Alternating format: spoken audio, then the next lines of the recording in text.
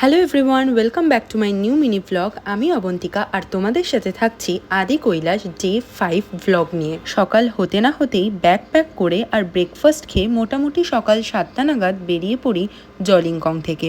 আমাদের ফার্স্ট যে view point ছিল তার নাম ছিল পাণ্ডব কেল্লা, যা কিনা আজ ধ্বংসস্তূপে পরিণত হয়েছে। অবশিষ্ট রয়েছে কিছু স্তম্ভ মাত্র। শুনেছি নাকি ওই কেল্লাতে মেয়ে মানুষদের প্রবেশ নিষিদ্ধ ছিল। আর তারপরে দেখি কুট্টি ভিলেজ। কুট্টি নামক এই গ্রামটি নাকি এখানকার সবচেয়ে লাস্ট গ্রাম হিসাবে ধরা হয়। এই যে পিছনে তোমরা বরফ ঘেরা পাহাড়টা দেখলে, এই পর্বতের নাম মায়াং পর্বত।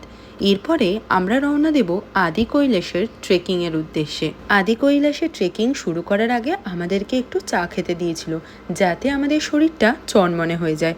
আর চাটা সত্যিই দারুণ ছিল। আদি কৈলাসে ট্রেকিং করার আগে আমাদের একটা ব্রিফিং ক্লাস হয়, আর তারপর আমরা এখন আমাদের আদি কৈলাসের যাত্রা স্টার্ট করেছি।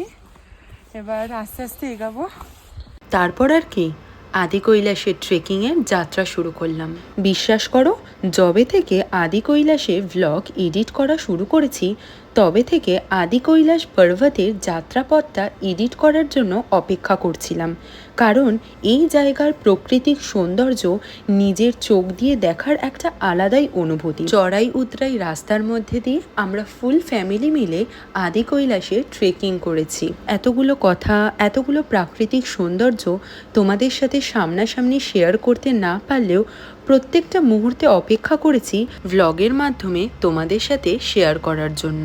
আদি কৈলাসের ভ্লগগুলো আমি ছোট ছোট ক্লিপের মাধ্যমেই শেয়ার করব সোশ্যাল মিডিয়ায়। আশা করছি তোমরা এনজয় করবে আর আমার পাশে থাকবে। যদি আমার ভ্লগগুলো তোমাদের ভালো লেগে থাকে গাইস, তো please like, share and comments. এখনও কিন্তু ভ্লগটা শেষ হয়নি, আদি কৈলাস যাত্রা কিন্তু বাকি আছে। তো সবাই পাশে থেকো। আজকের জন্য টাটা।